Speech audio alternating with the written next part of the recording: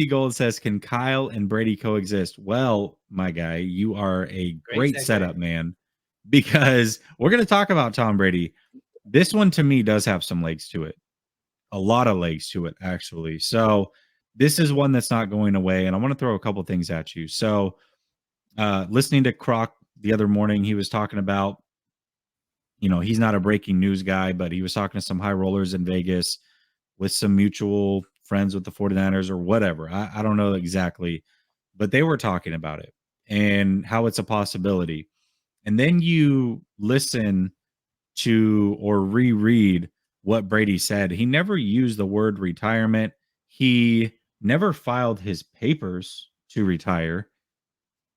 Seems like he's willing to come back and play. And after watching the documentary about Joe Montana, he's a fanboy. He's an absolute fanboy. And then the other thing that keeps getting me that a lot of people aren't talking about, we don't think that Jimmy Garoppolo is at all a fit with Tampa Bay. They like to take shot plays down the field. That is not a Jimmy Garoppolo offense. However, it has come out in back-to-back weeks that they are okay with Jimmy Garoppolo as a bridge quarterback. So that tells me they're not going to just try to trade for Jimmy Garoppolo, but if he's a part of a deal involving Tom Brady, they would be okay with it. Like that's what I gather from that. So I think there is some legs to this. I think it's a very real possibility, a lot more real than if you would ask me a week ago, I would have said, no, it's not happening. But Let I me really feel like push there's a back. shot here. Let me Yeah, go push ahead. back a little bit because there is Yep. uh another kind of like narrative that's coming out where this whole situation between Brady retiring Mhm. has more to do with his relationship with Bruce Arians souring. And the reason why that was souring was because I guess Tom Brady and Byron Leftwich had a very good relationship together. They would work, hourly at the beginning of the week, scheming up the offense for that game plan.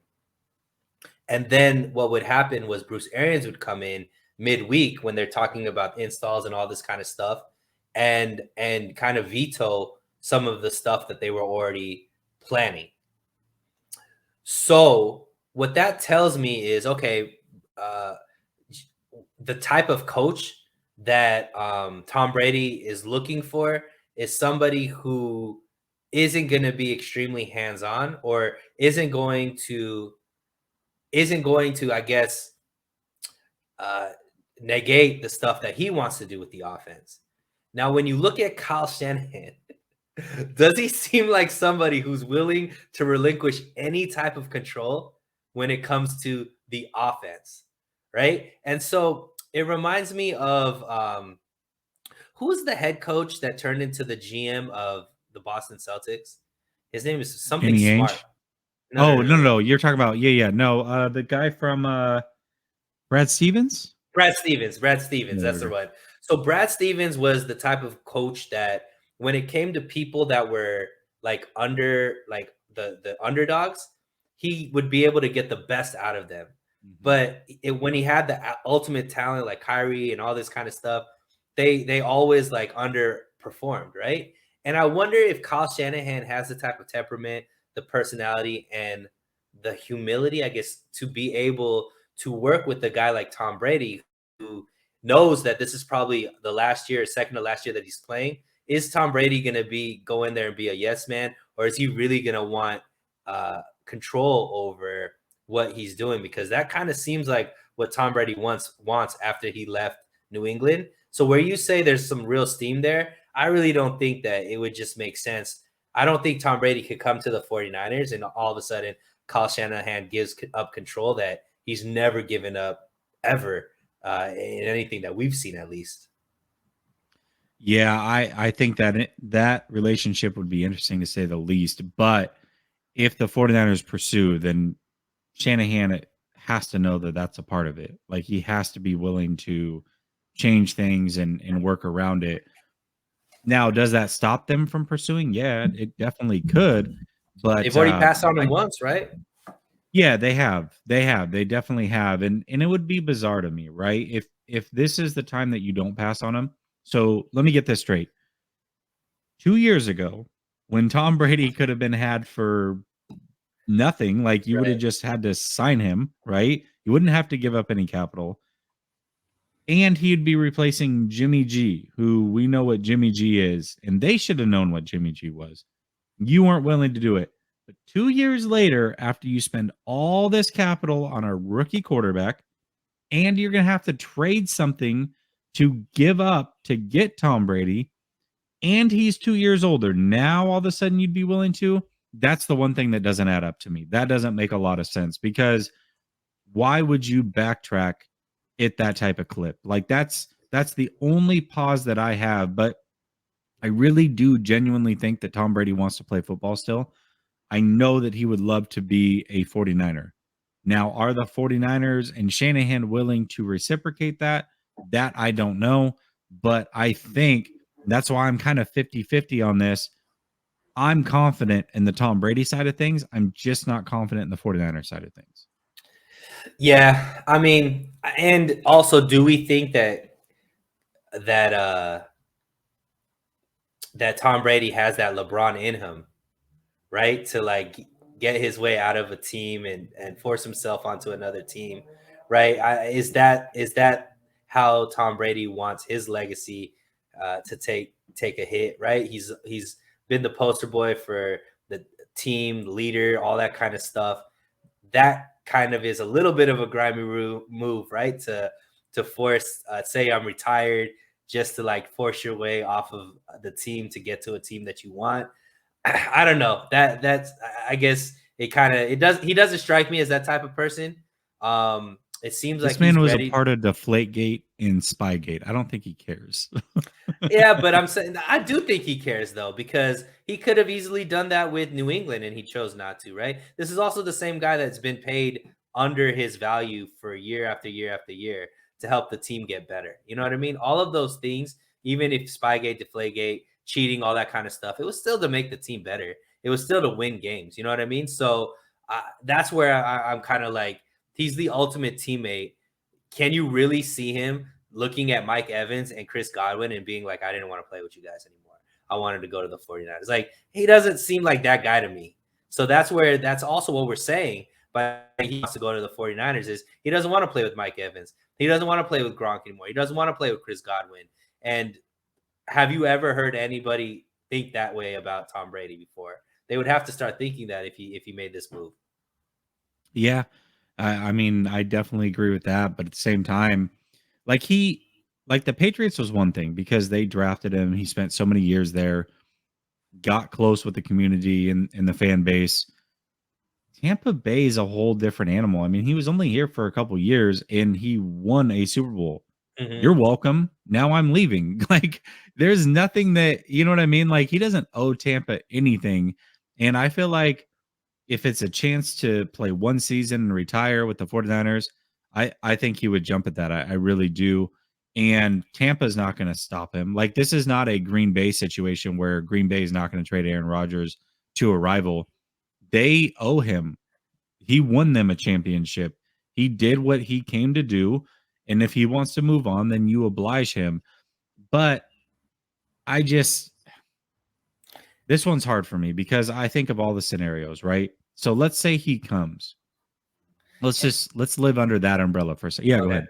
Well, what I'm No, go trying to ahead. say is if this move is happening, Jesse, it has to happen within the next week and a half, 2 weeks, Yeah, right? I Because agree. if Yep. Tom Brady, you got to know who your starting quarterback is before you go into free agency, especially if Yes. it's a guy like Tom Brady, where having him probably changes the type of free agents you could go after or want to go after. So if there's any smoke to this, it's happening sooner than later. Yep. Otherwise, it's a moot point because it's not something that's going to happen after the free agency. It's something that you have to have on deck before you go into free agency and the draft.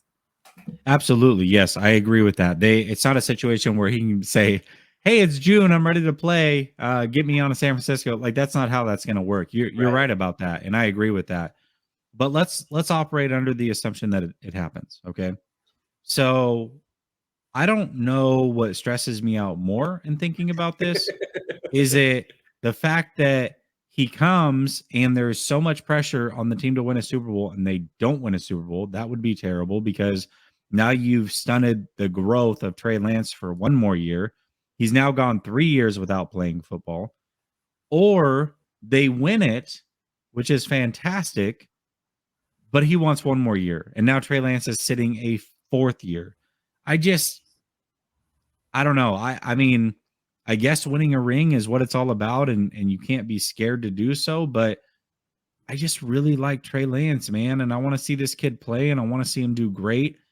And I really think he's going to be a very, very good player, if not a great player. So to bypass that potentially for the thought of maybe one ring, I don't know if it's worth it, man. What about you? Um, I'm with you, man. I really think that Trey can be a dynasty changing quarterback. You know what I mean? Like, or creating a dynasty Mhm. in the fact that with Kyle Shanahan, with the way I think this team and this management side of the team has come into developing a team, I think they finally found where their strengths are, where their weaknesses are. I think they're phenomenal at bringing in the right coaches. Their development has gotten better. That they're able to replace guys much quicker. If you have a stud quarterback, which I think Trey Lance can be for the foreseeable future, I think you're looking at the next dominant team, like how Kansas City is on the AFC. I think that's what the 49ers are going to be for the NFC. But you got to let Trey develop. You got to let Trey cook. You got to give him the reins eventually so that he could take those kind of ups and downs and have that roller coaster, which every young quarterback has.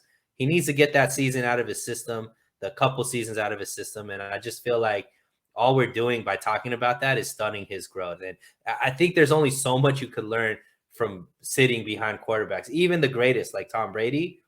I mean, if you go in and don't win that Super Bowl, like you said, which I think is more likely than winning the Super Bowl, just because, that's just really tough. Um, to me, that it would be a complete waste of a year for Lance. Yeah, everybody says, well, I mean, if it's Tom Brady, you have to jump at the chance. You'd be crazy not to. And it's like, I think there's more to it than that. I really do. I also worry about what does the future of the roster look like? You said it.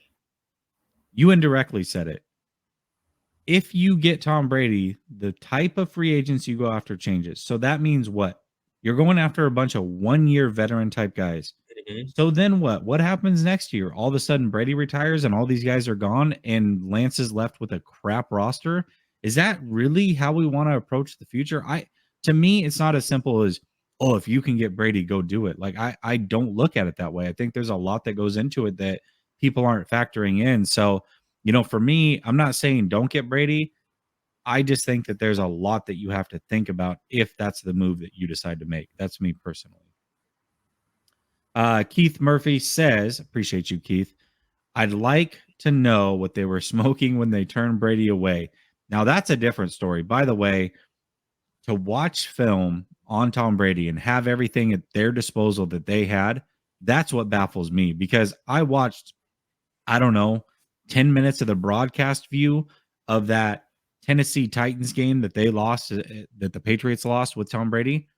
And I knew Tom Brady still had it. So if I thought that and could pick that up, I don't know how the 49ers couldn't pick that up, but they definitely messed up on that. Then you bungle the Stafford situation, pass on Mahomes and Watson. 3 out of those 4 have won a Super Bowl. Yeah, listen, they've made every wrong move at the quarterback position, every wrong move, and I feel like they finally have made it right, and they might f it off again. So we'll see what happens here. Let me show you some love. We appreciate the donation.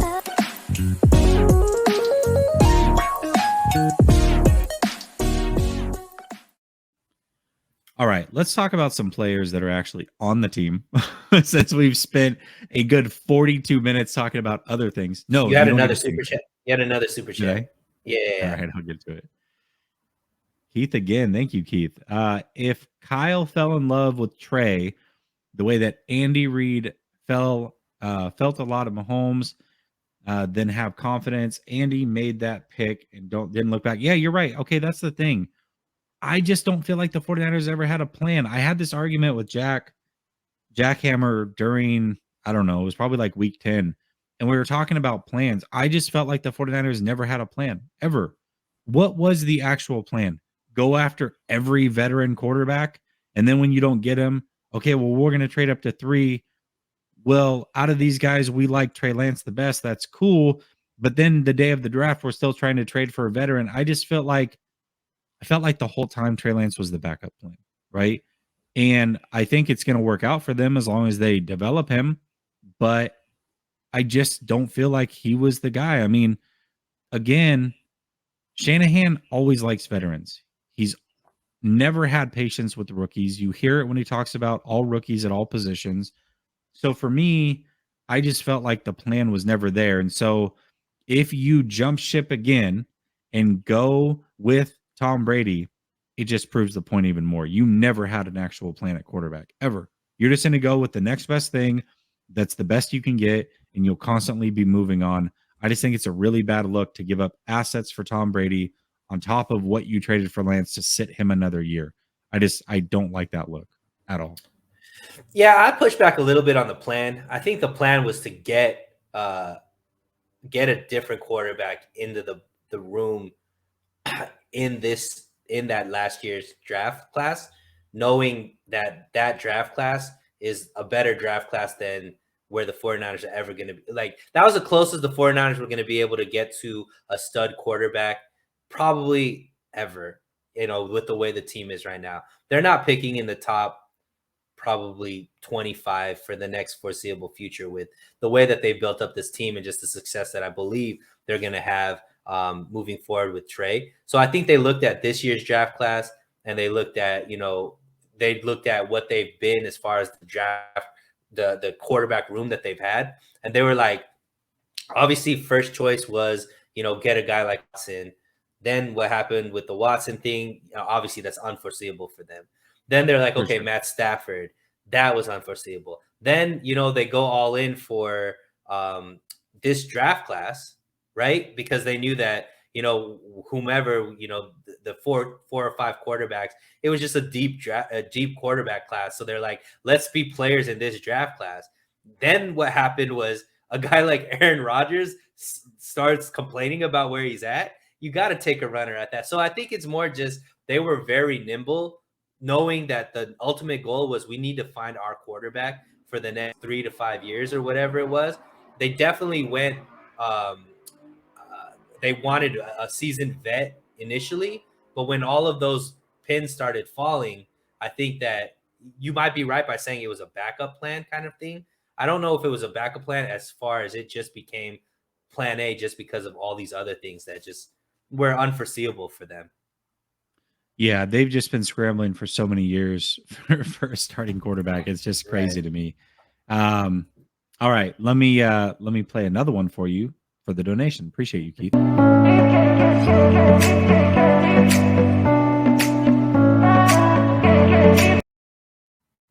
George coming in. He says, I'm just having this feeling that we may make the same mistakes and trade Trey Lance for Brady or Rodgers. Now, this is something we didn't talk about. And in 2 years, Trey Lance will go and win a Super Bowl with a different team. People need to stop. I don't think there's any shot that they're trading Trey Lance. I really don't. I think that's 0%. Like when you talked about planting your flag and Aaron Rodgers not coming here, I don't think that that's even a thought in their mind at all. Are you at the Daytona 500? Like, where are you at right now?